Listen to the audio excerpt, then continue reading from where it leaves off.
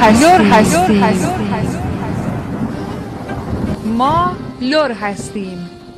نیازی نداریم تا از اصالتمان در کتاب‌های درسی بنویسند.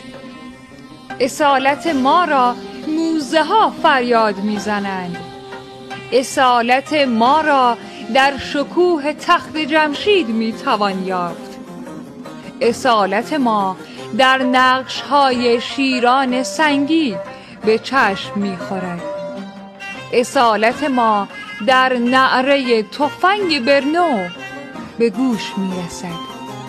اصالت ما در چوقادبیت و گلونی و گیوه به چشم می آید. آری، ما لر هستیم. اصالت ما نفیسترین گنج نهفته در تاریخ کهن ماست. به تهران و به ایلام